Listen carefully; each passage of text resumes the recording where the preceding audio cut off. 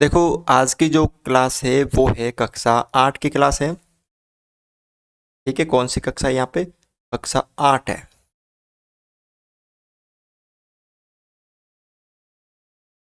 ठीक है।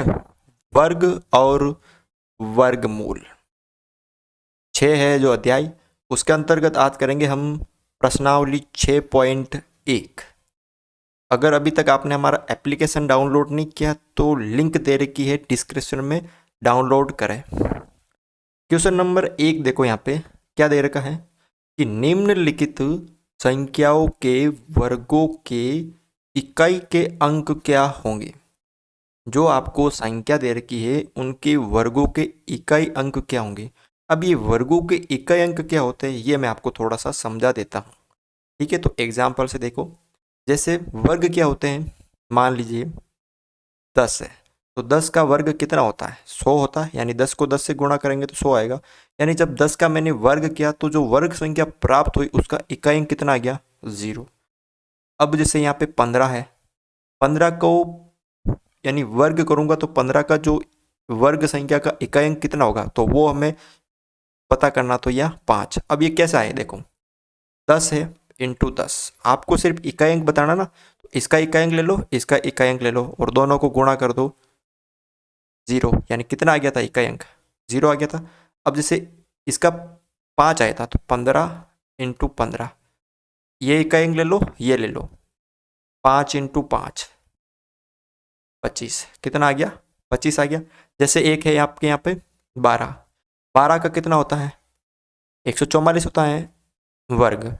अब 12 का जो वर्ग करेंगे तो उसका इकाई अंक कितना है वो तो हमें पता 4। अब शॉर्ट तरीका क्या है कि 12 को 12 से जब गुणा करते हैं तो इसका भी इकाई अंक ले लेंगे, इसका भी इकाई अंक ले लेंगे। ठीक है, तो ये देखो 2 गुणा 2 कितना आ गया? 4। तो 4 आ गया था, ये रहा यहाँ पे 4। तो आपको करना क्या है, यहाँ पे जो भी ये संख्या दे रखी उनको बस गुणा करना। तो यहाँ पे देखो ध्यान से, इसको मैं थोड़ा सा साइड में कर देता हूँ।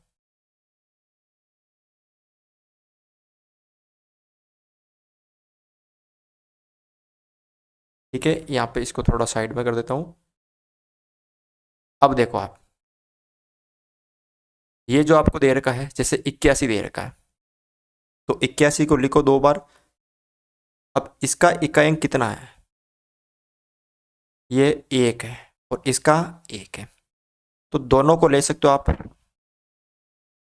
1 इंटू 1 बराबर कितना हो गया? 1। यानी जो इसका इकाई अंक आएगा वो कितना आएगा? 1 आएगा। तो आप लिख सकते हो इकाई का अंक 1 आएगा। इसमें देखो 272 है, इसको आप 2 बार लिख सकते हो ना, यानी इसका वर्ग ही तो करना है। अब आपको क्या करना है, वही वापस इसका इकाई अंक लो। देखो इसका 2 है और इसका भी 2 है, तो 2 गुणा 2 कितना आ गया? 4।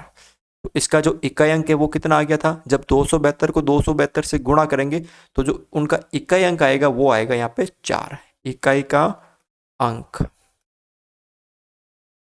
4 आएगा। अगला देखो आप यहाँ पे 799 गुणा 799, इनका इकाई अंक देखो, इसका भी 9 है, इसका भी 9 है। ले लीजिए यहाँ पे 9 गुणा 9, गुणा कर दीजिए 81, तो कितना आ रहा है यहाँ पे इकाई अंक?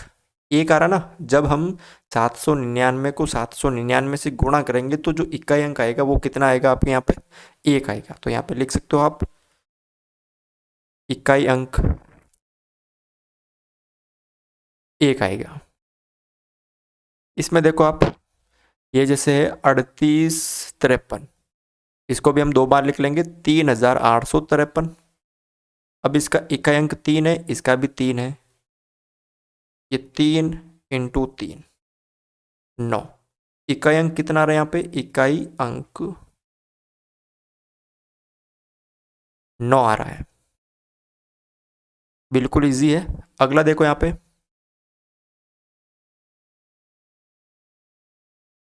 1234 गुणा 1234, इसका इकाई अंक कितना है? 4 है, इसका भी इकाई अंक कितना है? 4, यानी 4 इंटू 4, तो 16। अब आपको सिर्फ इकाई अंक बताना तो कितना 6, यानी जब 1234 को 1234 से मैं गुणा करूंगा तो कितना इकाई अंक आएगा, इकाई का जो अंक आएगा वो आएगा यहाँ पे आपको 6। जो भी आंसर आएगा उसका जो इकाई का अंक वो 6 होगा। यहाँ पे है ये 26,387, इसको मल्टीप्लाई यानी गुणा करना आपको 26,387 से। इसका इकाई अंक 7 है, इसका भी 7 है। 7 गुणा 7 कितना आ गया 49, और आपको लेना क्या है, इकाई अंक लेना है। यानी इन दोनों को जब गुणा करूंगा जो आंसर आएगा उसका इकाई अंक भी कितना होगा, 9 होगा। यानी इकाई का अंक 9 होगा। इसमें देखो 52,698, 52,698। अब जब इन दोनों को मैं गुणा करूंगा तो इनका जो इकाई अंक आएगा वो 8, जैसे ये 8 ले लिया, ये 8 ले लिया, 64। तो इकाई अंक कितना आएगा, 4 आएगा। तो इकाई का अंक 4 आएगा। इसमें देखो ये है 99,880 गुणा 99,880। इसका अंक इकाई अंक 0, इसका भी 0, 0 गुणा 0 बराबर 0, यानी इकाई अंक कितना हो जाएगा, इकाई का अंक 0। इसमें देखो ये 12,796 गुणा 12,796, इसका इकाई अंक 6, इसका भी 6, 6 गुणा 6 बराबर 36। तो कितना इकाई अंक आ रहा है यहाँ पे, इकाई का अंक 6 आ रहा है। इसमें देखो 55,555 गुणा 55,555, इसका इकाई अंक 5 है, इसका इकाई अंक 5 है। दोनों ले लेंगे, यहाँ पे गुणा करेंगे तो 25, कितना आ गया वापस इकाई अंक 5 आ गया ना। तो इकाई का जो अंक होगा, इकाई का अंक वो कितना होगा यहाँ पे, 5 होगा। बिल्कुल इजी है, आराम से इसको कर सकते हो। क्वेश्चन नंबर यहाँ पे 2 है। पहले इसको समझना है आपको। देखो क्या दे रखा है कि निम्नलिखित संख्याएं, जो आपको संख्याएं दे रखी वो स्पष्ट रूप से पूर्ण वर्ग संख्या नहीं है। ये मतलब इनका जो वर्गमूल नहीं होता, मतलब जैसे किसी संख्या को किसी संख्या से गुणा करने पे ये संख्या प्राप्त नहीं होगी, ठीक है ना, पूर्ण वर्ग नहीं है, ठीक है। तो इसका कारण आपको देना है, वही कारण है मैंने आपको बताया था कि पूर्ण वर्ग कौन कौन सी संख्या होती है। पूर्ण वर्ग कौन कौन सी संख्या होती है, जिसका इकाई अंक या तो 0, जो 0 हो ना वो किस में हो, सम हो, यानी 2, 4, 6, 8। अगर इकाई अंक 1 हो, 3 नहीं होना चाहिए, क्या होना है, 4 हो, 6 हो, 9 हो, 1, 5, ठीक है। अगर 1, 4, 5, 6 और 9 हो, और पूर्ण वर्ग कौन सी नहीं होती है, जिसका इकाई अंक जो 0 हो वो किस में हो, विषम हो, यानी पीछे जो 0 की संख्या वो अगर विषम हो तो इसका मतलब वो पूर्ण संख्या, पूर्ण वर्ग संख्या नहीं है। अगर उसका इकाई अंक 2 हो, 3 हो, 7 हो और 8 हो, ये पूर्ण वर्ग नहीं होती है, ये पूर्ण वर्ग होती है।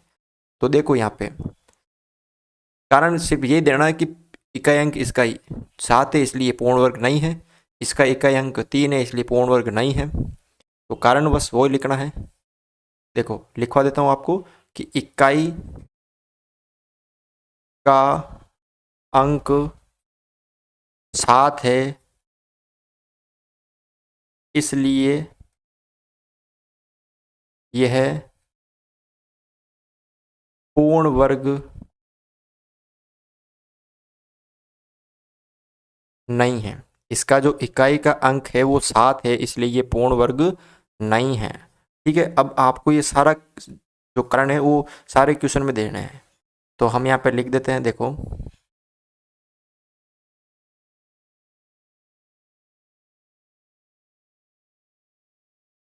तो यहाँ पे लिख लेते हैं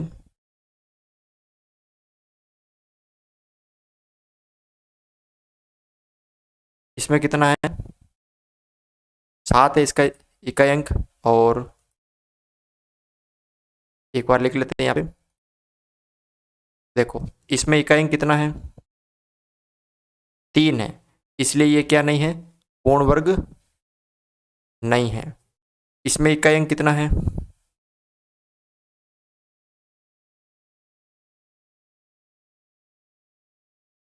इसमें देखो आप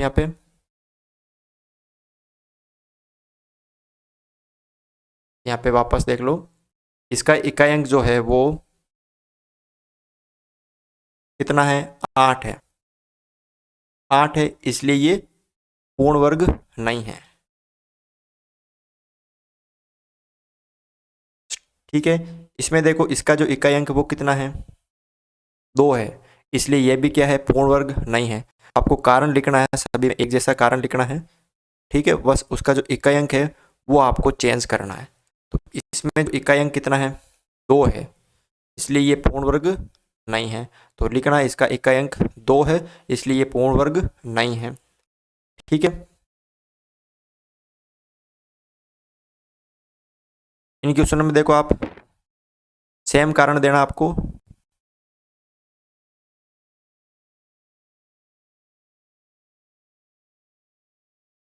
यहाँ पे आपको सेम कारण देना है। यहाँ पे देखो बस इसका इकाई अंक देखो, इसमें कितना है 0 है, मतलब 000 है, इसलिए ये पूर्ण वर्ग नहीं है। इसमें 2 है इसलिए पूर्ण वर्ग नहीं है। इसमें भी 000 है इसलिए ये पूर्ण वर्ग नहीं है। इसमें भी 0 है, या आप इसको 0 भी लिख सकते हो। क्या लिख सकते हो 0। ठीक है, अगला क्वेश्चन देखो, क्वेश्चन नंबर 3 है, निम्न संख्याओं में से किस संख्या का वर्ग विषम संख्या होगा। अब ध्यान से देखना कि जब हम सम संख्या होती है, सम संख्या संख्या का वर्ग आपको हमेशा सम संख्या प्राप्त होती है। जैसे 2 का 4 होता है, 4 का 16 होता है, ठीक है, 6 का 36 होता है, 8 का 64 होता है, ये सम संख्या होती है। और विषम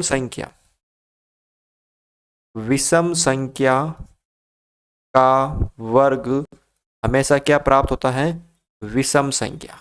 तो आपको बस इसमें यही करना है, जो सम है उसका वर्ग सम होगा और जो विषम है उसका वर्ग विषम होगा। तो यहाँ पे देखो ये 431 क्या है, यहाँ पे सम है, विषम है, तो इसका जो वर्ग है वो विषम संख्या प्राप्त होगा। तो 431 का वर्ग विषम संख्या होगा। ठीक है, ये 2826 सम में, तो बस इसमें लिखना है 2826 का वर्ग सम संख्या होगा। ठीक है, इसमें देखो आप 7779 का जो वर्ग है वो विषम होगा, क्योंकि विषम है का वर्ग विषम संख्या होगा। इसमें देखो ये सम संख्या है, तो 82,004 का वर्ग सम संख्या होगा। बिल्कुल इजी क्वेश्चन है, आराम से इसको आप कर सकते हो। तो आज की क्लास में इतना ही था।